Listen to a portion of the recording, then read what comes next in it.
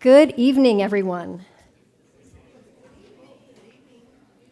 Welcome to Willow Glen for Supervisor Susan Ellenberg's 2026 State of the District.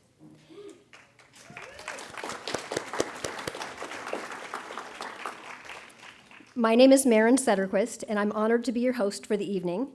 The theme for tonight's program is Showing Up for Each Other. Tonight's event brings together community leaders, partners, elected officials, and residents to highlight key accomplishments and upcoming priorities for District 4. It's an opportunity to reflect not only on what government does, but on what we do together as a community. We are grateful to be joined by several elected officials and community leaders this evening. I'd like to take a moment to acknowledge them. Please join me in recognizing from the Office of State Assembly, Patrick Ahrens, Khalil El Khabib,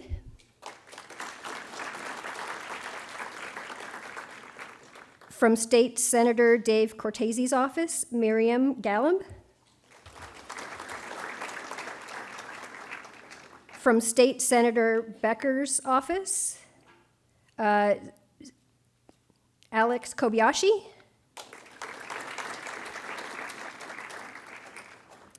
from the Office of Supervisor Otto Lee's office, Grace Stetson, our Public Defender of Santa Clara County, Damon Silver, San Jose District 6 Council Member Michael Mulcahy,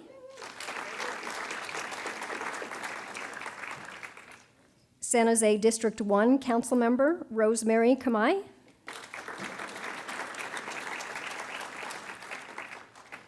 City of Santa Clara Council Member Suds Jane, Karen Hardy, Kevin Park, Albert Gonzalez. Those were all City of Santa Clara County, I keep wanting to say county. It's a county thing tonight. Santa Clara council members. Also, we have the City of Campbell. We have Sergio Lopez. Or is it Sergio Lopez Turvey? Or is that a separate Terry? Sorry. Thank you very much. Thank you. We also have, from the City of Campbell, Terry Hines.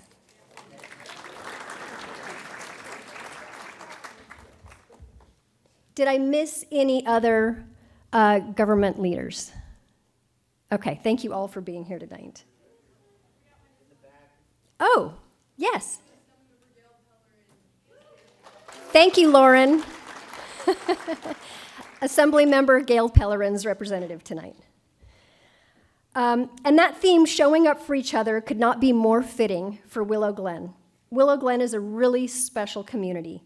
Residents are bonded by their pride that they have in the neighborhood. We're encouraged to gather in our vibrant downtown, and it's really special because of how people show up for each other. It's the kind of neighborhood where people rake each other's leaves, give each other rides when they're in need, wave to their neighbors if they see them across the street or walking their dog or pushing their kids in strollers or visiting the avenue for dinner.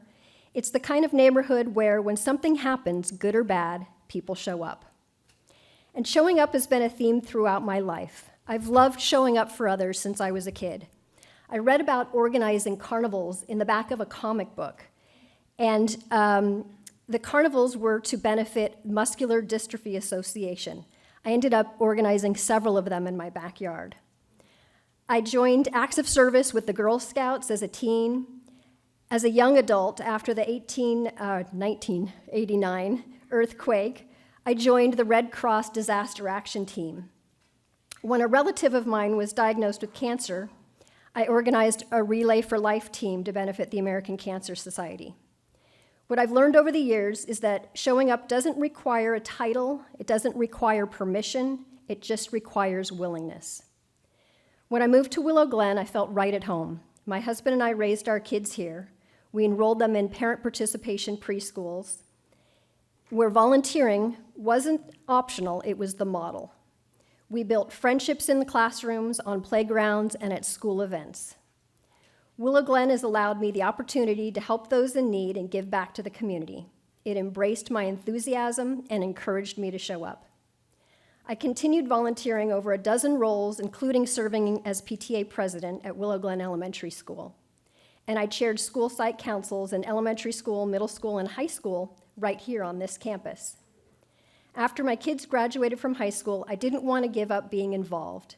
I wasn't done showing up. So I joined the Willow Glen Neighborhood Association, where I'm currently the president. This past year, Willow Glen Neighborhood Association's mission was to promote beauty, safety, and community in our neighborhood.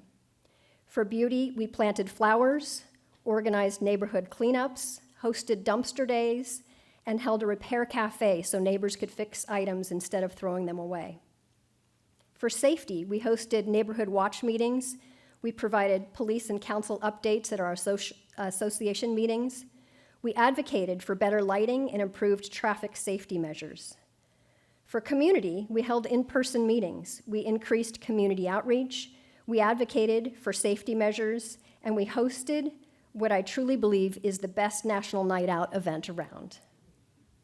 We're already planning our next dumpster day, repair, cafe, and national night out. Willow Glen is full of other people and organizations who show up. The Willow Glen Business Association, the Willow Glen Community Foundation, Kiwanis and Rotary, 2 separate Little Leagues, PTAs, PTOs, and parent participation preschools, the Willow Glen Garden Club, the Community Garden at Wallenberg Park, the Native Pollinator Garden at Kirk Park. Each of these groups contributes something different. Some create economic vitality, some invest in youth, some protect our environment, some build friendships, but all of them reflect the same spirit, showing up. Community input, partnership, and collaboration are not extras, they are essential, and that's where the county comes in. Supervisor Ellenberg has been a terrific collaborator with Willow Glen Neighborhood Association. Whether she's speaking at our meetings, pointing us toward county resources, answering our questions, or listening to our grievances, she shows up, and that matters. Because so much of what affects our daily lives, public health, behavioral health, parks, libraries, emergency preparedness, social services, lives at the county level. When residents and neighborhood groups collaborate with the county, real things happen. Mental health resources become more accessible, parks receive improvements, public health outreach reaches more families. Emergency preparedness training strengthens neighborhoods. Seniors, youth, and vulnerable residents receive better support. There are tremendous opportunities ahead. Collaboration doesn't have to be complicated. It starts with relationships and starts with showing up. There are plenty of small ways that people can show up for others. Show up for your neighbors. Ask if they need anything, check in during extreme weather, share information. Show up for your local neighborhood groups, volunteer at a single event, join a cleanup day, attend a meeting and learn about opportunities, bring a friend. Show up for your county. Engage in the public decision-making process by attending and speaking at a Board of Supervisors meeting or submitting written comments. Volunteer for one of the many programs available. As a civil grand juror, at the animal shelter, on a board or commission, with environmental management, at county libraries, through the Office of Emergency Services, at Parks and Recreation, with the Public Defender's Office, through the Public Health Department, at the Register of Voters, with the Sheriff's Search and Rescue Team, at the Suicide Prevention Program, at Valley Medical Center. Find the things you've been naturally drawn to in your past, the causes that tug at your heart, the skills you enjoy using, the communities that have shaped you, and look for ways you can contribute that fulfill you. Because what I've learned, we're all in this human experience together. Government can set policy, leaders can set direction, but communities create culture. When we show up for each other consistently, compassionately, imperfectly, we build something stronger than any single program or initiative. We build trust, we build resilience, we build belonging. And when neighbors, neighborhood groups, and the county show up for one another, District 4 becomes more than a district. It becomes a community that works. So tonight, as we reflect on accomplishments and look ahead to new priorities, I invite you to think about how you will show up, not just for an event, not just for a meeting, but for each other. Because when we do, Willow Glen, District 4, and our entire county thrives. Thank you for being here, and thank you for showing up.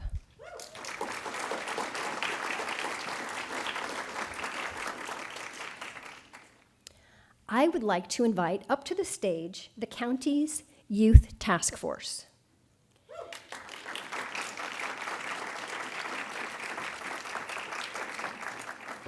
The Youth Task Force advises the Board and Office of Children and Families Policy on matters pertaining to youth, cross-collaborates with other youth commissions across the county, and attends relevant events where they can share the county's priorities related to youth in the Santa Clara County. Their mission is to provide a voice for youth in the decisions and policies of government agencies and community organizations that affect the lives of young people.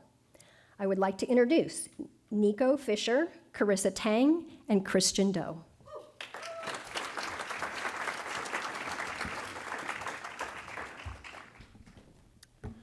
Good evening, Supervisor Ellenberg, community leaders, and neighbors. I'm Nico Fisher, co-chair of the Youth Task Force. I represent District 4, and I am a senior at Santa Clara High School. I'm Carissa Tang. I represent District 3, and I'm a senior at the King's Academy. I'm Christian Doe. I represent District 1, and I'm a junior at Evergreen Valley High School. Together, we serve on the Santa Clara County Youth Task Force, a commission that advises the Board of Supervisors on the issues that shape our lives and helps to ensure that the county's priorities reflect the reality of the 400,000 young people who call this place home. When people think of Santa Clara County, they might picture our incredible weather, our booming tech industry, our diversity, and our thriving local businesses.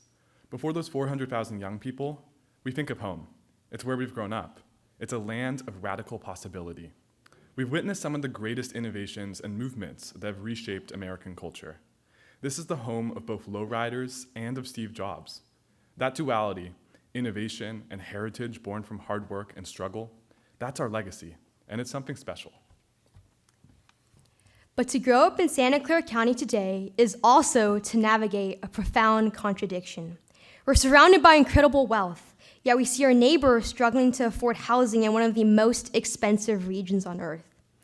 According to the Santa Clara County Office of Supportive Housing's 2025 point-in-time count, 349 young people under 25 are currently unhoused or living in shelters right here in our county. This contradiction follows us into our schools. We're home to some of the best schools in California, yet beneath those high test scores lie stark disparities in student scores, depending on your zip code. For many of us, the student experience is defined by intense competition and impossibly high expectations, where innovation is the requirement and perfection is the baseline. This has fueled a mental health crisis among young people who feel trapped in a race with no finish line. We're more than future workers in our economy. We're individuals who need emotional support, equitable resources, and a community that values our well-being as much as our achievement. Being a young person in Santa Clara County today can be challenging, especially for our most vulnerable. While these challenges are real, they're not the whole story. Young people are leading the way forward in District 4, and we want to highlight 3 areas where that leadership is happening right now. First, within local government itself. We at the Youth Task Force are just one of many youth organizations in our community. Almost every municipality in the county, spanning from Gilroy to East San Jose, Milpitas, Santa Clara, and Los Altos, has a dedicated youth commission where young people advise their local councils on real policy. These organizations help prove every day that young people bring the research, passion, and the lived experience needed to tackle complex community issues. So here's our call to leaders in the room today. Don't just have youth in the room, center them. support them, and treat them as essential partners in governance. We're not asking for a seat at the table as a favor. Our perspective is a vital component of good governance and healthy civic life. Second, young people are leading through powerful nonprofit organizing. Take the Silicon Valley Youth Climate Action Group, or SVYCA. Right here in District 4, they're changing the landscape of local policy. In Campbell, SVYCA members have met directly with Mayor Sergio Lopez and Environmental Program Manager Tiffany Hudson, presenting in-depth research on the Make Polluters Pay bill and securing a commitment for a letter of support. They're currently reviewing the draft Campbell Climate Action and Adaptation Plan, providing detailed feedback to ensure its implementation is both bold and effective. In Santa Clara, SVYCA youth are advocating for safer bike lanes to promote green transportation, partnering with public libraries to host climate literacy events, and continuing their Green Careers podcast to show peers that activism and tech can work together for a sustainable future. They're even working to bring AP Environmental Science to Kathleen McDonald High School, ensuring students have the academic tools to match their passion for the planet. SVYCA shows that youth in District 4 are not waiting for the future to cause change. In fact, they cause change every day. Third, the bold advocacy of students standing up for what's right. We saw this earlier this year at McDonald High School in northern Santa Clara, where students organized a powerful walkout against immigration policies threatening the safety of their families and neighbors. These students are planning another action in this coming month, which proves what we see every day, that students in District 4 work hard for each other and work hard for our community. Students in District 4 understand that our community is only as strong as its most vulnerable members. They're practicing the highest form of civic citizenship by refusing to stay silent when their families are at risk. But beyond the governmental commissions, the climate plans, and the walkouts, there's something else, something harder to measure but just as powerful. It's the way that young people show up for each other every single day. The student who stays up late to help a friend through a crisis, the peer mentorship that happens in the hallways, and the daily acts of support and kindness that keep our community running. Youth are doing amazing and impressive things across the district, but our greatest contribution might be the heart that we put in our neighborhoods. Young people in District 4 and the county in general are great at doing something so necessary in our current tense political climate. We're able to find common ground and create space for genuine, productive conversations every single day, in our clubs, on our sports teams, in our commissions. We bridge differences that adults often can't. We listen to perspectives that challenge us. We build coalitions across lines that seem impossible to cross. We're ready to bring that spirit of collaboration to every level. We want real access to the opportunities this valley is famous for. We want policymakers to actively include us in the room. We just need you to let us. Youth engagement should be treated as essential. When you're making decisions about mental health services, housing policy, climate action, education funding, bring us into the room early, not as an afterthought. Young people in the district have proven they can handle it through the work they've already done. We're not just students. We're the volunteers, the friends, the activists, and the leaders making District 4 a true home today. So here's what we need you to hear today. Youth aren't just the future of this county, we're active participants in its present.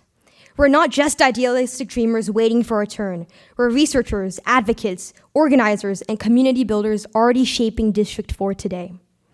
But we can't do it alone.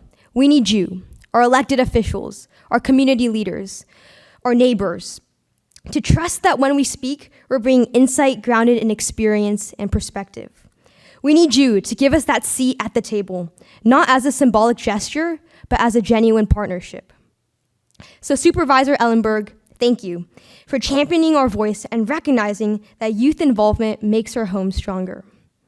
To the residents of District 4, thank you for making this place a home worth fighting for.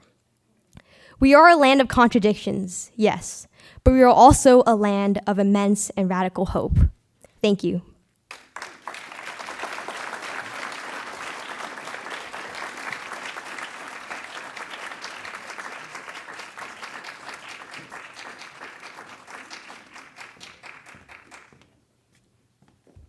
Thank you very much, Youth Task Force.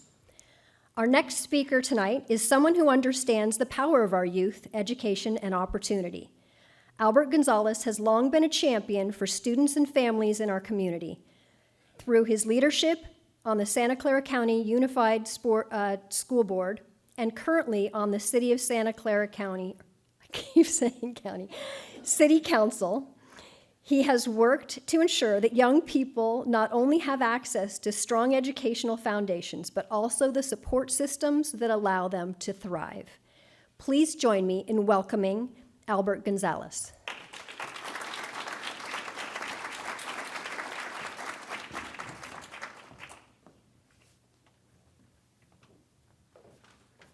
Good evening, buenas noches.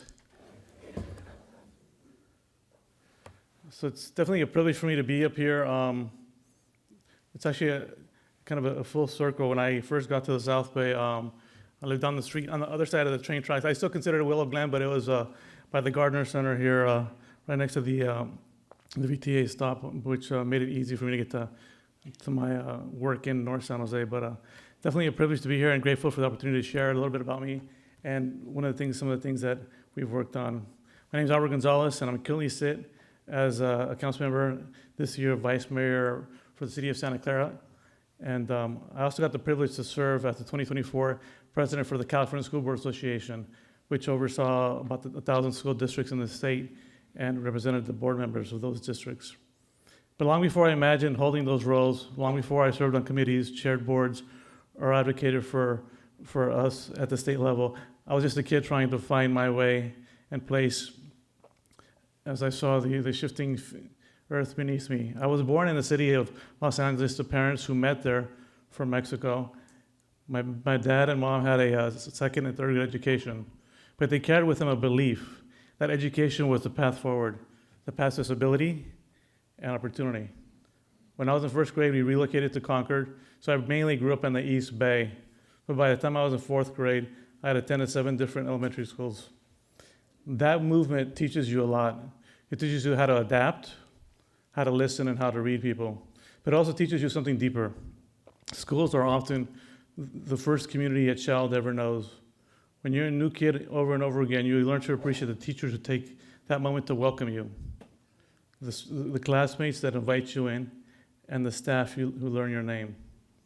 Those experiences shaped me. They grounded me in the belief that public education is not just a system, it's a lifeline. If the foundation which builds strong communities.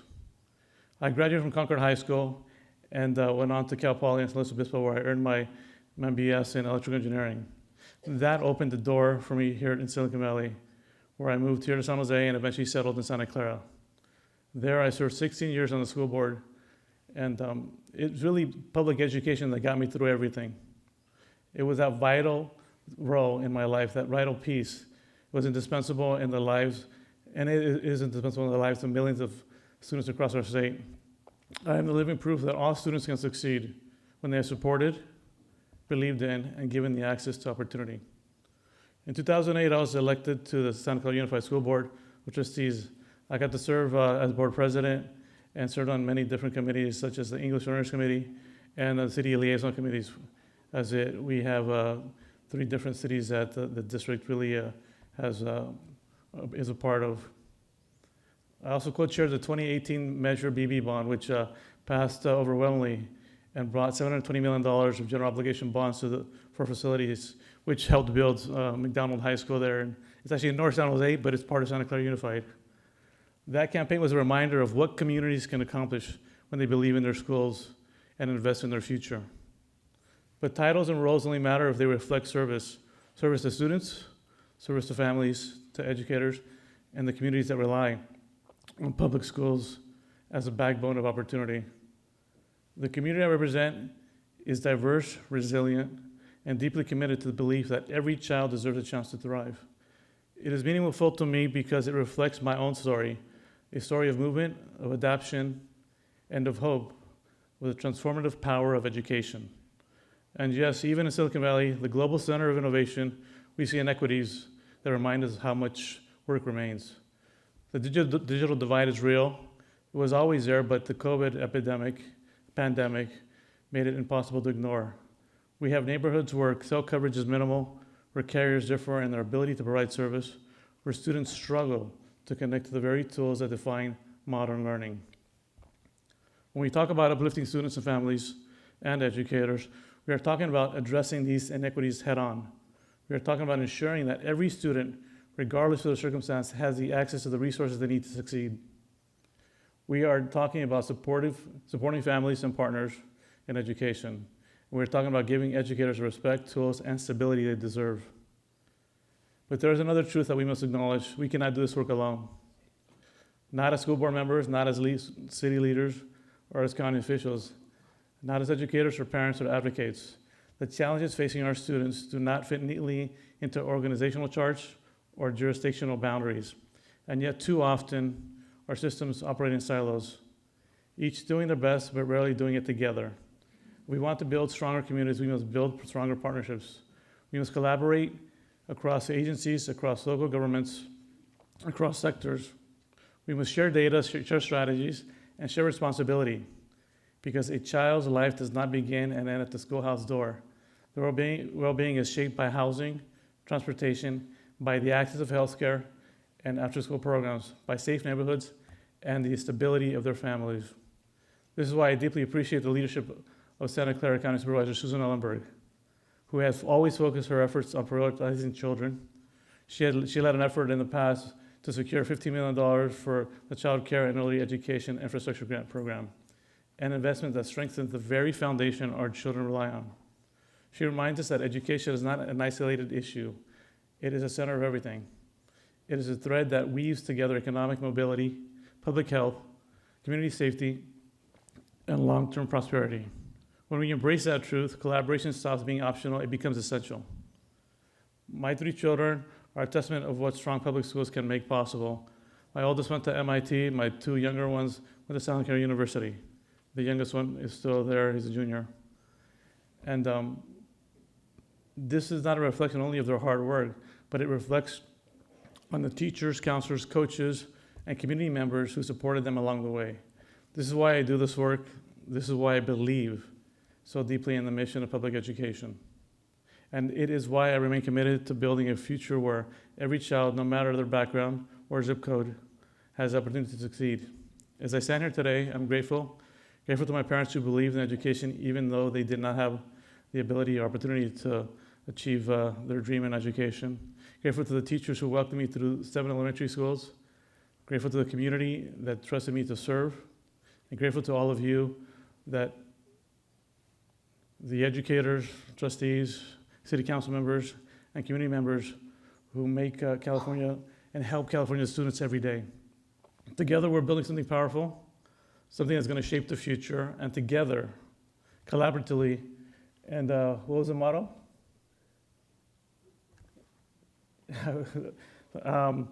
Showing up for everyone, yeah.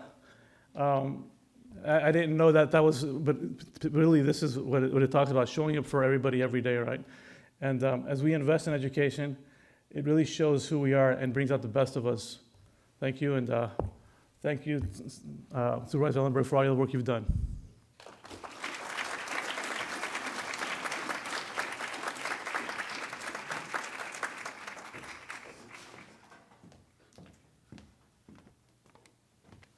Thank you very much, Albert. Next, I am honored to introduce our next speaker, Ann Souza. Ann is a dedicated community leader in Campbell. She understands that meaningful progress happens when residents, local organizations, and government partners work together towards shared goals. She reminds us that leadership is not just about vision, it's about engagement. It's about listening, it's about showing up. Please join me in welcoming Ann Souza.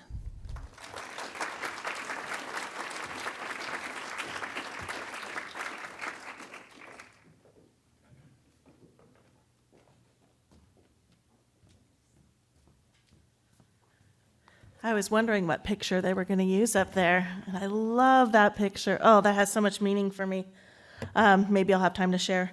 I'm Ann Souza. I grew up in Santa Clara, went through elementary school. Junior high was the last graduating class of Patrick Henry Junior High, and now I reside in Campbell. I've been there 12 years with my husband, who grew up in Campbell. So District 4 is home to us.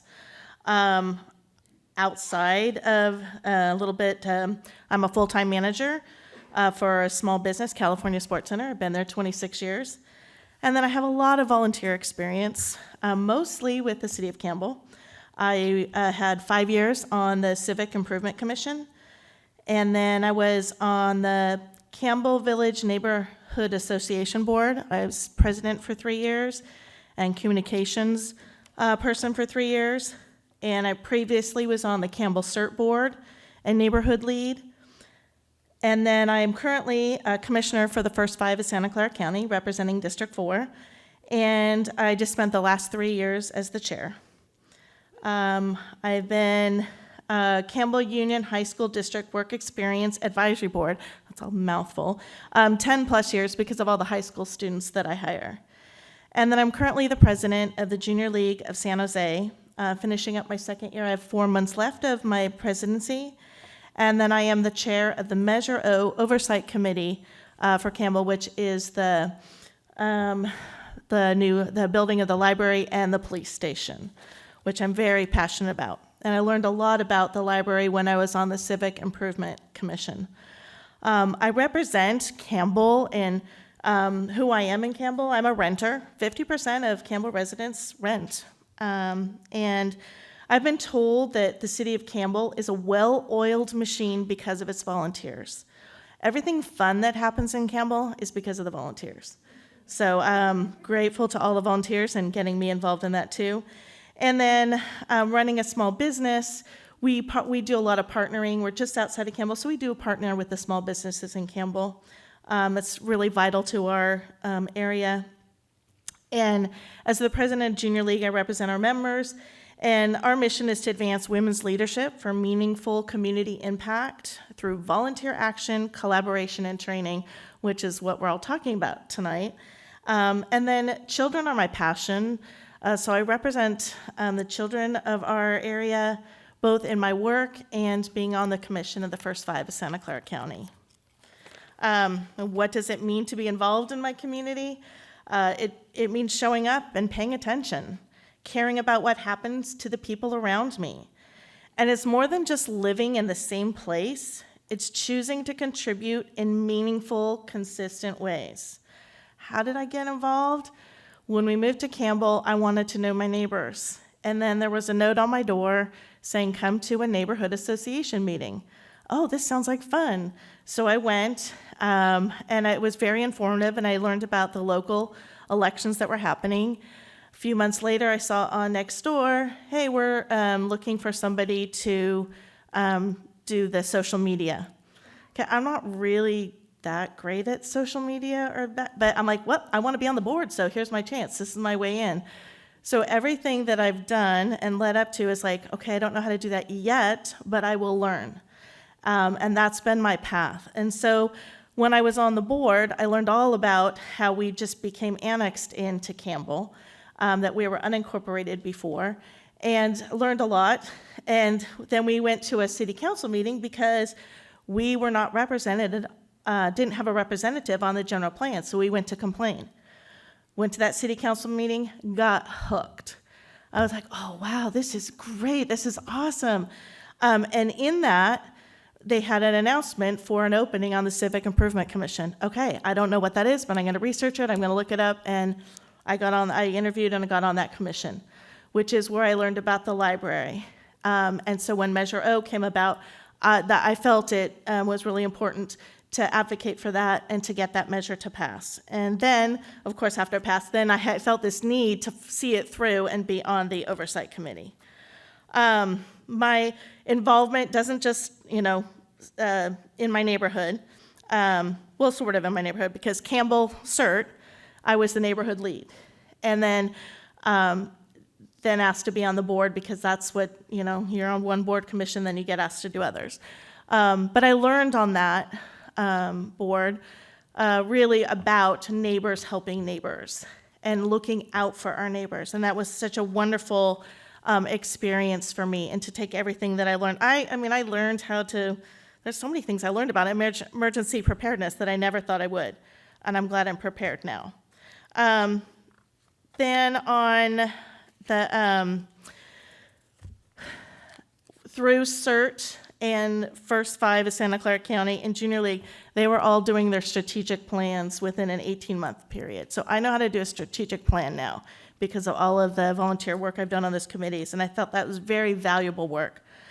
And community involvement is also about listening and understanding different perspectives. And let me tell you, those meetings, definitely different perspectives. But you need to respect shared spaces and work collaboratively to solve problems. And when I'm involved, I'm not just benefiting my community, I'm helping shape it. Community creates connection, and it turns strangers into neighbors and neighbors into a strong, supportive network.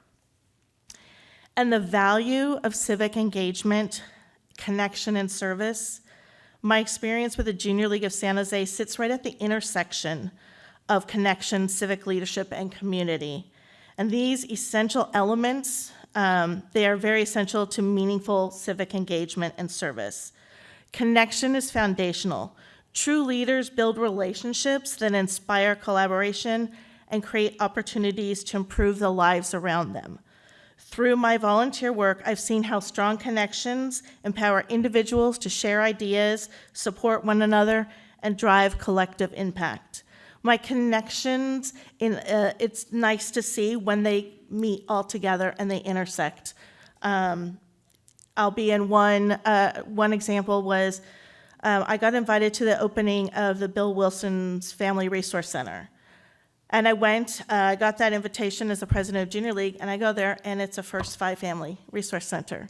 And so my two lives had intersected. And it happens a lot when you get involved in community.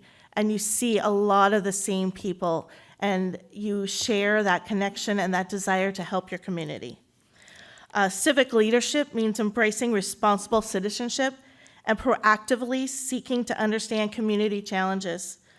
The volunteering has strengthened my ability to stay informed, engage thoroughly, thoughtfully, and contribute to solutions that address real needs. And community is where connection and leadership come to life. I've learned how to identify pressing issues and collaborate with community partners to create sustainable, mission-aligned solutions. These experiences have reinforced my commitment to service and demonstrated how empowered we can be and create lasting positive change. And I just want to say how grateful I am that I was appointed to the Santa Clara County Commission for First Five, and what I've learned on that commission. It has been so valuable to me. So I want to thank Susan Ellenberg for appointing me to that commission, and also recognize all of our, the City of Campbell, City of Santa Clara, places where that I've grown up.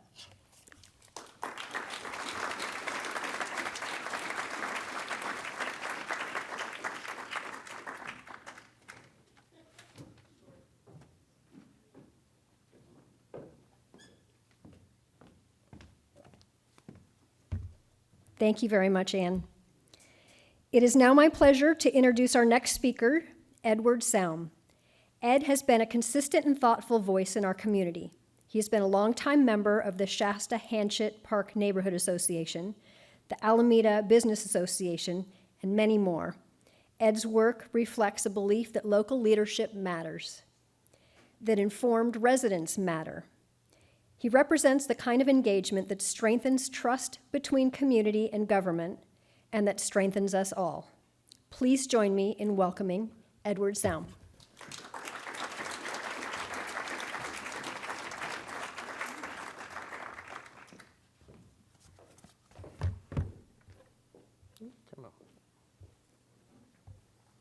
Well, thank you, Maren, for that kind introduction, and thank you to Supervisor Ellenberg for having me here this evening. My name is Edward Saum. If you're here tonight, I don't need to tell you about the value of community engagement. I mean, you're in a high school theater on a rainy weekday evening in February break. You already know that one of the single most important things we can do as good citizens is to engage with our neighbors and local businesses. Staying informed about and contributing to both is how we strengthen our communities and enrich our lives. I joined the Board of Directors for the Shasta-Hanchett Park Neighborhood Association in 2015. As an architect by training and a planning geek by choice, I wanted to help cultivate the relationship between our residents, local businesses, and elected officials. Towards that end, I've been the association's planning and land use director for the last 11 years, and its president for 6 of those years. The correlation between local businesses and community health isn't just a feel-good sentiment. It's a documented economic and sociological fact. When local businesses thrive, they create a positive feedback loop that transforms a place to live into a true community. One type of local business that can readily bring residents together is a farmer's market. In mid-2017, the Shipna board dedicated itself to bringing a market back to the neighborhood. Our residents overwhelmingly chose Lincoln High School as the preferred location. What we needed was an advocate within the San Jose Unified School District, somebody with a strong sense of community and a vested interest in the prosperity of local schools and local businesses. As fate would have it, just such an individual, a longtime Shipna resident, was the current school district trustee for our area. Her name was Susan Ellenberg. As Shipna president at the time, I happily signed the donation check for the initial permit fees, and on May 5th, 2018, the farmers market opened. The market will be celebrating its 8th year in 2026, and it came about because the neighborhood association, our residents, local businesses, local schools, and our elected officials worked together towards a common goal. Sociologists often point to local businesses as the connective tissue of a community. Some of you may be familiar with the term of third places, coffee shops, bookstores, etc., places to gather distinct from home and work. These local businesses are where people can interact, share news, and build trust. It gives the neighborhood its soul, if you will. The distinct character that attracts tourism and makes residents feel a sense of pride and belonging. The most dynamic neighborhoods in San Jose have a strong corridor of these third places at their center. Local shops and eateries that can help to prioritize walking over driving, making the corridor itself a destination rather than one specific business. The ability to easily patronize local shops before or after a meal is a tangible health benefit for neighborhood residents and a boon for small businesses. Making a street as pedestrian-friendly as possible is perhaps the single most important part of this synergy. In the early 2010s, the Alameda was the southern terminus of State Road 82, and anybody who's familiar with it, it was a decidedly less than pedestrian-friendly thoroughfare. Founded in 1981, the Alameda Business Association has been a tireless advocate for the growth and prosperity of small businesses along the Alameda. The Rose, White, and Blue Parade, which began in 2008 as a local decorated bicycle event, quickly became a major Bay Area tradition. While individual events can be a great draw, local business corridors need daily vibrance and a regular presence from the surrounding residents to truly thrive. The state's willingness to transfer the portion of State Road 82 south of I-880 to local control offered just such an opportunity. When the change was complete in 2013, Shipna and the ABA worked with the city of San Jose to enhance the beautiful way with wider sidewalks, planters, medians, bulb outs, and additional crosswalks.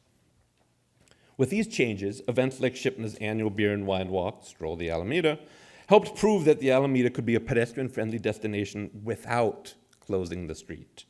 The large number of artist studios and eclectic shops along the Alameda and Race Street were able to draw in more local residents during events like the ABA's Second Saturdays. These changes also helped drive the creation of the Alameda Urban Village, one of the city's first and the only one with tangible historic preservation verbiage included therein. After hundreds of man-hours spent in community meetings, it went to City Council in December 2016.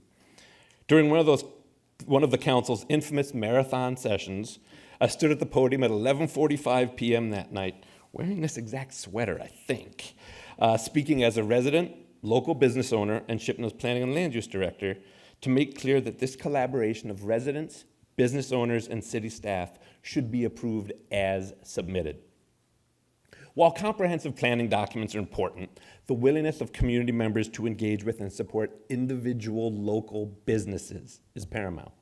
When Teeny Tie suffered a devastating fire in 2012, current and former Shipna board members stepped up. A fundraiser at its sister restaurant helped raise money for the rebuild, while board members with practical knowledge of the city's sometimes labyrinthine permitting process helped guide them to completion.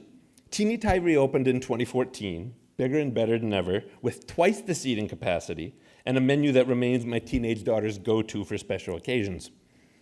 In addition to helping existing businesses thrive, community engagement in the development process can be equally as vital. Not for the sake of NIMBYism or by micromanaging every detail, but to create a project that serves both existing residents and our new neighbors. Working with a local developer, who was also a regular presence at Shipton events, the community helped shape Madera the Alameda. Most folks know that as the place immediately adjacent to Whole Foods on the Alameda. Residents emphasized the importance of community-serving commercial spaces in the ground floor. The developer listened and spent an extra year in permitting so he could accommodate the Diridon Ace Hardware. Think about that, an extra year to accommodate a tenant because he knew it was something that the community would benefit from having. A walkable local option instead of a 4-mile drive has been a benefit to local residents and those who work nearby. This only happened because local residents and business owners engaged with a willing partner to seek a mutually beneficial solution. Research shows that small businesses, almost went to a different document. Give me 1 second. Apologize. Oh, for grabs sake. There we go. Sorry about that. Research shows that small business owners are more likely to be involved in local government, sit on not-profit boards, and donate to local charities. This kind of decades-long partnership between the Alameda Business Association and SHPNA is what led me to join the board of the ABA in 2021. A thriving business corridor along the Alameda and Race Street is a benefit to all, making the synergy between the two organizations something worth embracing. Commercial corridors face their own economic and social challenges. In 2010, Willow Glen implemented the city's first community-based improvement district, or CBID. A CBID raises money from local property owners to supply stable, dedicated funding for enhanced services. In 2025, with guidance and support from Councilmember Mulcahy, the City of San Jose partnered with the ABA to create a CBID on the Alameda to provide clean and safe streets and a beautification beyond what the city can provide with its normal level of funding. Enhancing the business corridor within an established residential community both attracts more businesses and increases pedestrian traffic to existing shops and eateries. As ABA Secretary, I work with the newly established CBID committee to put the funds to their best possible use so that commercial property owners, local businesses, and residents can help one another thrive. When it came time for SHPNA and the ABA to redo their websites, both organizations turned to a small company whose founders both live and work in the neighborhood. Odds are you'll find them dining on the Alameda a couple times a week. Similarly, I long ago lost count about how many times I've seen Susan and Steve dining on the Alameda. When you walk the talk and let your actions directly reflect your call for residents to embrace local businesses, that's how each and every one of us can help our community grow. For that reason, and for so many more, I'd like to thank Supervisor Ellenberg, Steve, and their entire family for leading by example.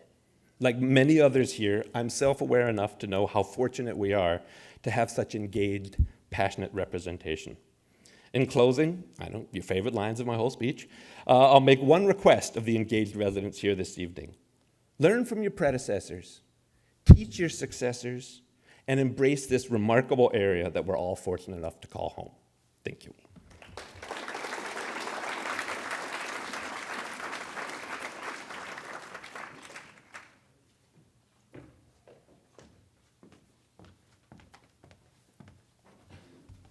Thank you very much, Ed.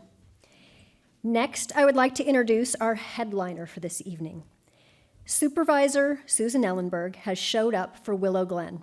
She showed up to present to our association about how the county is helping with the homelessness crisis. She showed up to share with our neighborhood about how the county is making tough decisions needed to balance the budget with the HR 1 cuts. She's even showed up for coffee to have conversations about our residents' concerns. I know she showed up in your neighborhoods in District 4 too. Supervisor Ellenberg has been showing up so much that she's just been elected president of the California State Association of Counties.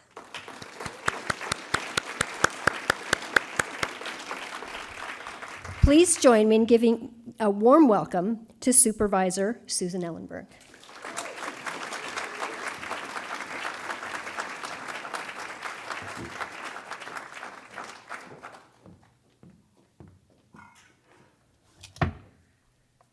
If we can get through this evening with nobody tripping up or down these treacherous steps, it will be an awesome success. Good evening. Thank you. Thank you so much for joining me on this rainy Wednesday evening. And if you're feeling a little bit of deja vu, yes, it was also a dark and stormy night when we gathered last year in Campbell for this very same event.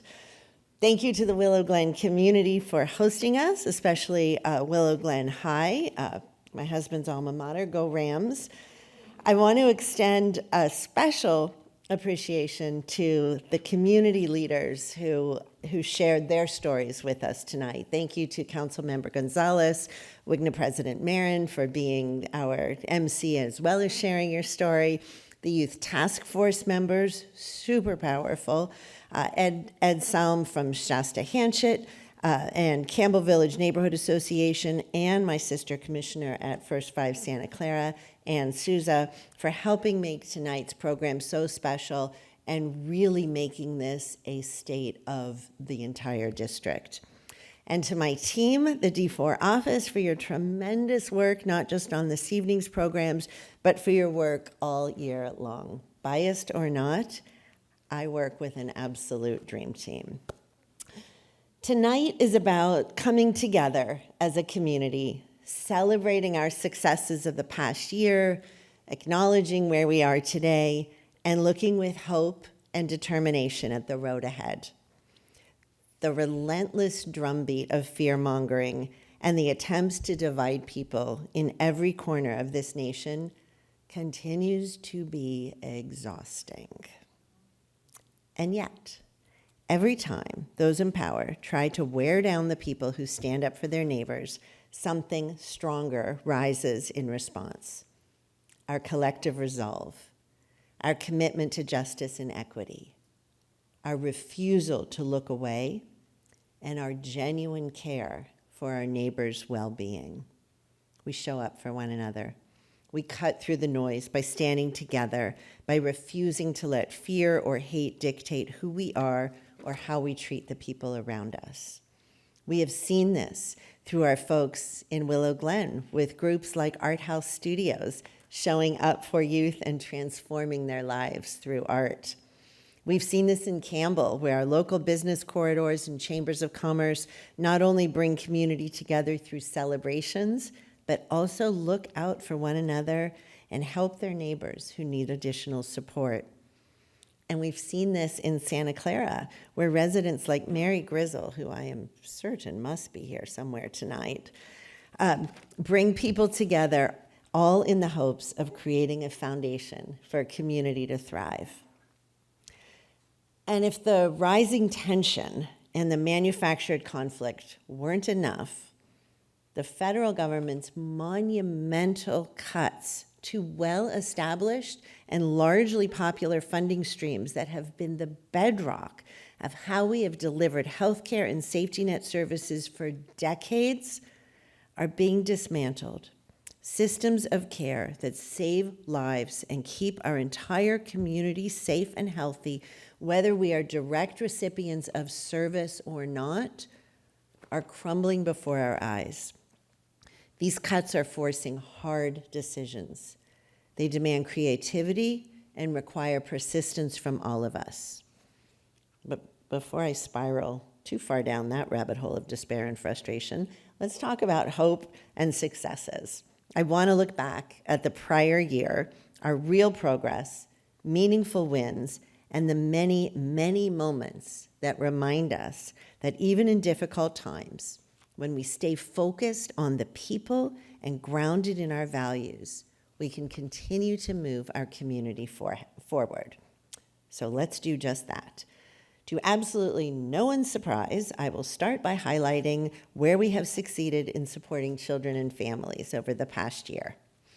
Building a community that supports children from the very start is always at the heart of everything I do, and in 2025, that commitment took many forms. We expanded home visiting services, leveraging untapped Medi-Cal funds, allowing more families with newborns to receive support during those earliest, most vulnerable days when guidance, reassurance, and connection matter so much. We celebrated the opening of the Hub at Parkmore in Meridian, a beautiful new development here in D4 that includes 81 affordable apartments, half of which are reserved for young adults transitioning out of the foster care system, and the rest for other low-income households, along with a community center offering on-site resources, programs, and services. 2025 also saw a 2% increase in the children's budget to ensure that even throughout these tumultuous budget times and forecasts, our youth and those who work tirelessly to support them will not slip through the cracks. When we spend less on prevention and early intervention, we will inevitably spend so much more later on deep-end, expensive supports for people who have experienced severe harm, trauma, and loss. Dollars invested in children and families' well-being pays dividends every single time. I will continue to emphasize that of all the prevention dollars that can be invested, there is no better return than on childcare as a public good. This is the foundation for a stable and healthy community because childcare simultaneously lifts young families out of poverty, prevents homelessness, adds to consumer spending in the local economy, helps employers retain employees and boost productivity, and makes it possible for young families to remain in our cities. Doesn't matter if you don't have kids or if you don't like kids. It is in all of our interest that quality childcare be broadly affordable and accessible, and I will not back down on my efforts to identify ongoing funding for this sector. Thank you.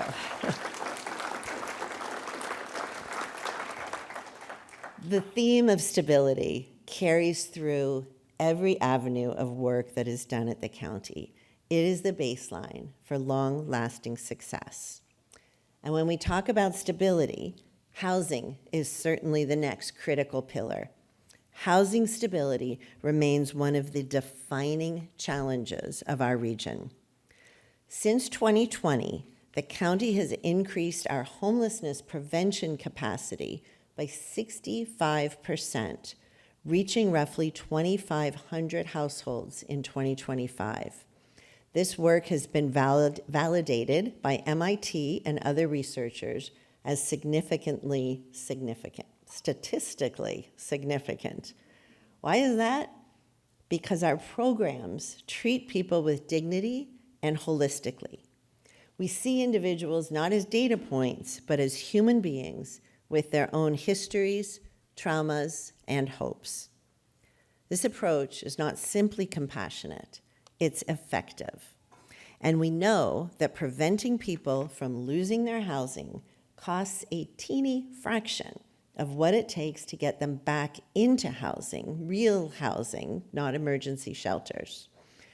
Despite the fact that the 2016 Measure A dollars have financed more than 6,000 permanent supportive housing units and other affordable options, it is so hard to appreciate that impact in real time because we haven't fully stemmed the tide of people who are losing their housing and continue to lose housing in this ever increasingly expensive market.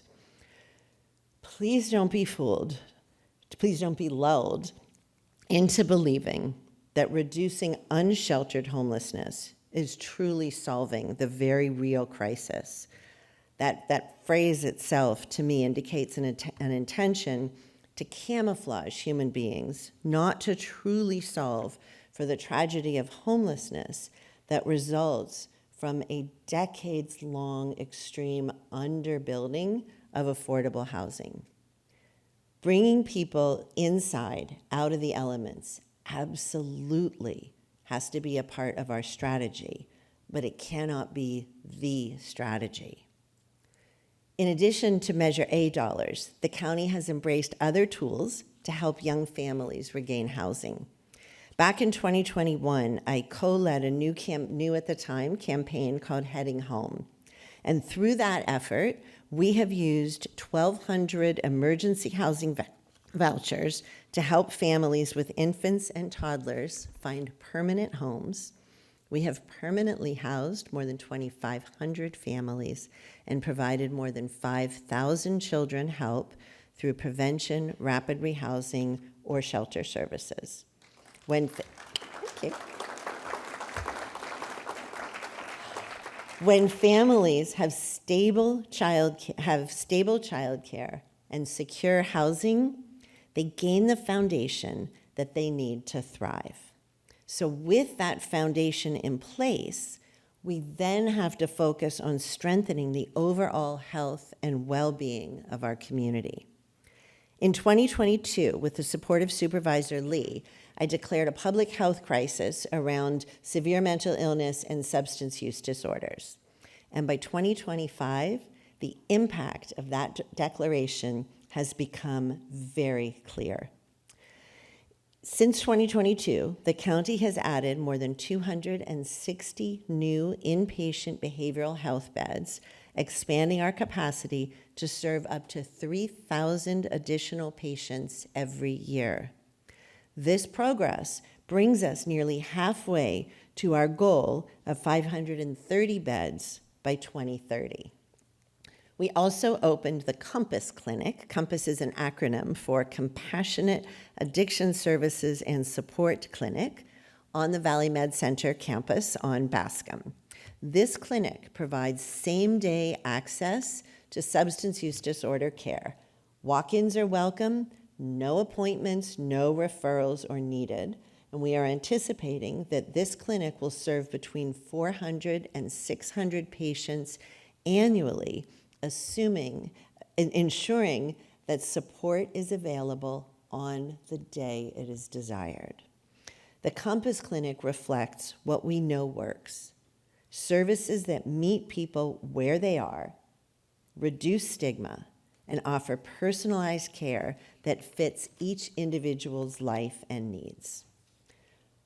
All these things that I'm talking about, preventing trauma from the beginning, ensuring families have access to stable housing and childcare, alleviating generational poverty, expanding access to mental health care and substance use disorder services, these are the building blocks for community safety.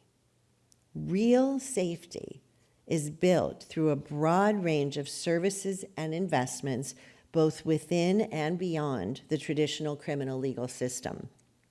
When those very human needs are not met, we tend to see more people being alleged to cause harm to themselves and to others.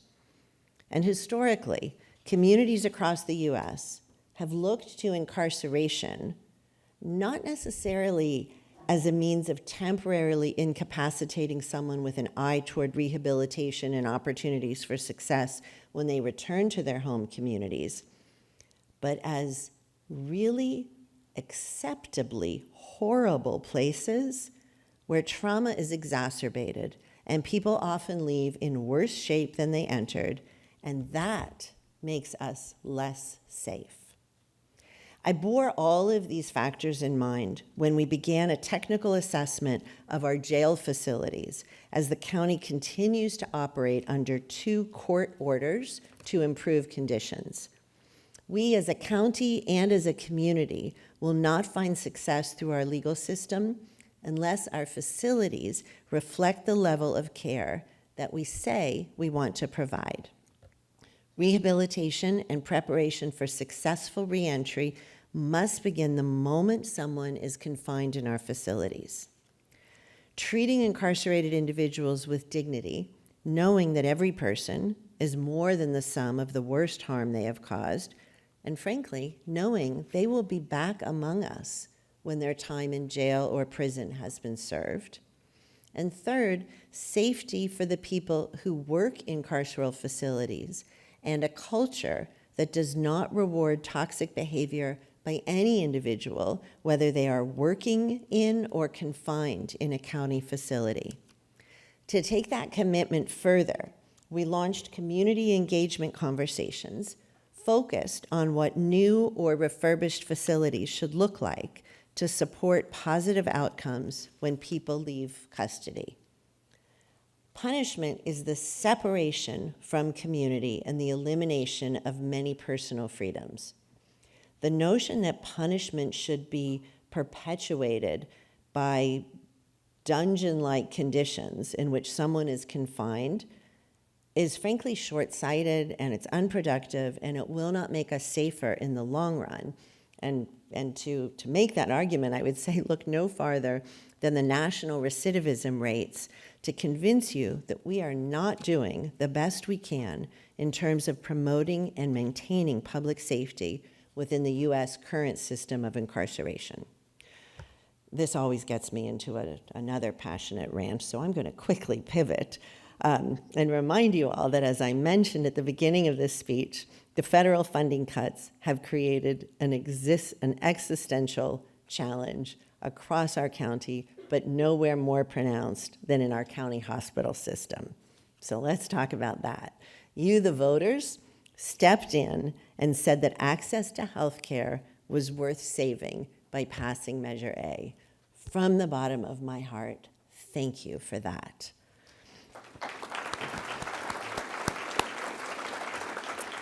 So now it's time to show you why that measure is so essential. Just one powerful example. After 5 years, labor and delivery services have been restored at Regional Medical Center in East San Jose, bringing care back to that community.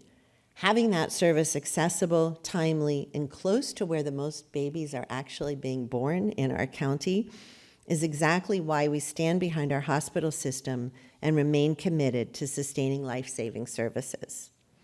This commitment extends across our entire system, from our nationally recognized burn and trauma centers to the Sobrato Cancer Center, the PACE Clinic, and so many other specialized facilities that make our health and hospital system one of the strongest, not only in the region, but across the entire state. Our effort to provide specialized care has always gone beyond baseline services and has inspired me, frankly, to uplift the needs of populations who have historically been left behind in healthcare. This is part of why I helped to establish and support Santa Clara County's Black Maternal Health Week. And we've got our Black Infant Health Program folks over here. Thank you for being here.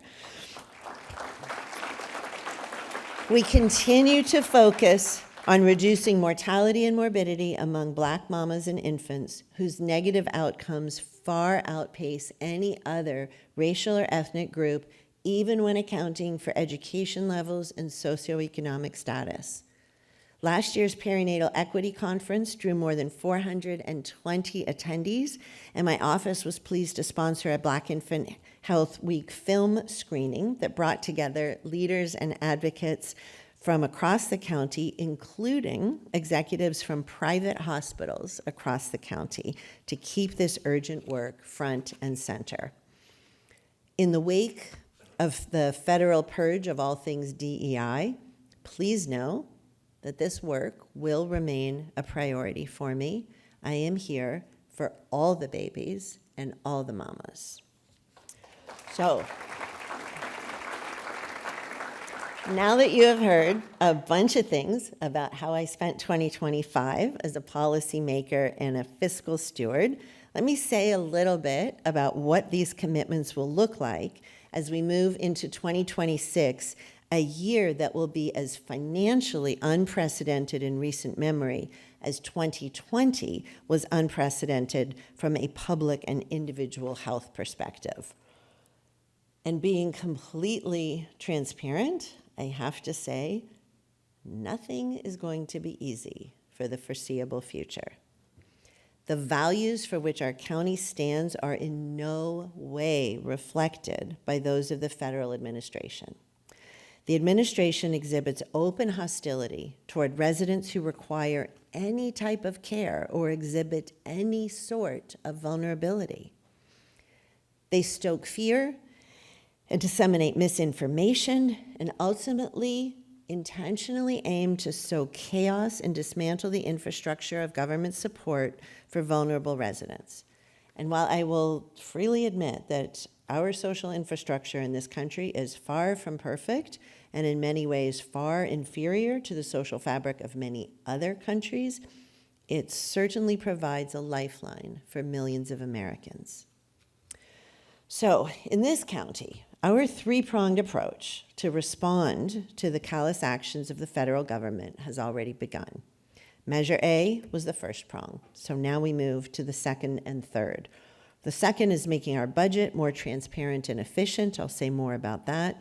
And the third is uplifting the voices of California counties to ensure that the state of California is listening and understands the urgency of stepping in to backfill much of that support. My colleague Supervisor Abe Koga and I have begun examining our budget process to rework and reimagine how to make more apparent how funds are used and how we can more efficiently utilize the resources that we do have. And to keep it real, the hard decisions began at our mid-year budget meeting last week. There is more to come. But I am not here to spread fear. I am here to lay out the foundation of what that forecast looks like. As an organization, we have long emphasized meeting people where they are and expanding access to vital, often life-saving services. That commitment will remain steady, and it will guide how we evaluate every decision, every program, every dollar in front of us. While the current reality truly limits our ability to expand or introduce new services, we can and must be intentional and thoughtful about how we sustain what we already have. These are not simply operational shifts. These will be decisions with real human impact, and that gravity deserves our full attention, our care, and discipline. Here's a note of grounded optimism. The broader federal and financial landscape we are navigating today will not remain this way forever. While some priority areas at the county will face strain, our task is to determine which services can be temporarily restructured, slowed, or even halted, while preserving the strongest possible foundation and a clear pathway to restoration and growth when conditions improve. If we stay anchored in our mission, transparent in our communication, and disciplined in our choices, we can move through this process with integrity and with purpose. That is a standard that we owe our communities and truly every single one of you. Let me talk about that third prong a little bit, which is advocacy. This will be a year of telling our story, telling the county story, showcasing accomplishments, and showing the California legislature and the governor's administration that counties deliver services that directly impact people's lives. In my role as president of the California State Association of Counties, I will take our county's story and our values and unite all 58 counties to demonstrate that whether we are rural or urban, coastal or landlocked, the needs of the people we represent are not so different, and that a united voice can make change that benefits all Californians, including those of us here in Santa Clara County. The core of the message that I'll deliver, regardless of the policy or subject matter, is that as an administrative arm of the state, counties are mandated to comply with the new laws that are signed every year. When those new laws direct us to provide more services or create new programs, but don't come with funding for implementation, even the most well-intended legislation may not at all be impactful, or worse, could have adverse impacts. When the state views counties as the operational partners we are, and we work together on programs, services, and funding streams that actually have positive impact, everyone can feel invested in the successes that will come. And I just want to shout out the number of our state legislators, representatives who are here this evening. I know your bosses are in Sacramento, but The fact that you are here demonstrates the value of that partnership, and just want you to know that I'm very grateful for that. Counties need funding that is ongoing. We can't plan for affordable housing, alleviating homelessness, expanding mental health access, or other major social challenges when funds are allocated on a one-time basis each year. We need flexibility to fund programs that meet the unique needs of our residents, and we are happy to be held accountable to clear, achievable expectations. As I said at the outset of my remarks, tonight is a celebration, and the hard truths I've shared do not and will not diminish the victories we have seen as a community, nor will they take away from the successes that will surely come in our future. You have all shown up tonight, and I believe that every one of you will continue to show up for your community, your neighbors, and our county. And that alone fills me with great confidence that even in the heart of the storm, we will find a way to endure. Thank you again for coming tonight. Thank you for being part of your community. Thank you for, frankly, for caring and for showing up. Together, we can continue to go from strength to strength.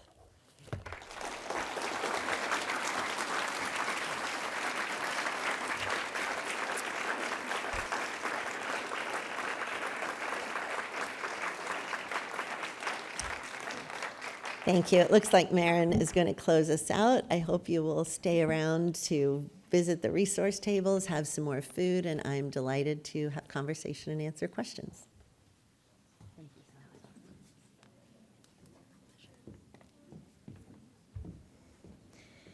Thank you very much, Susan. Before I close, I want to begin with gratitude. Thank you to Supervisor Ellenberg for your leadership and for consistently showing up for District 4. Thank you to the speakers and volunteers who shared their time and their stories tonight. Thank you to our community partners and county staff who work behind the scenes every day to turn ideas into action. And thank you to every resident and attendee here this evening. Your presence matters. At the end of the day, the strength of our district isn't found in any single office or individual. It's found in our community. When neighbors listen to one another, when local organizations and county government work side by side, and when we choose collaboration over division, we build solutions that last. My commitment is to keep showing up, working together, and ensuring every voice helps shape the future we share. Tonight, we've heard about programs, priorities, and plans. Those matter. They guide us. But what truly brings them to life is participation. It's the volunteer who gives up a Saturday morning for a cleanup. It's the resident who speaks up at a meeting. It's the neighbor who checks in during a difficult time. It's the county staff member who always stays late to solve a problem. That's what showing up for each other looks like. Showing up doesn't always mean doing something big. Often it's something small and consistent. It's staying engaged. It's asking questions. It's offering solutions. It's choosing to be part of the answer. Our district is strong because of the relationships in this room between neighbors and nonprofits, between businesses and schools, between residents and county government.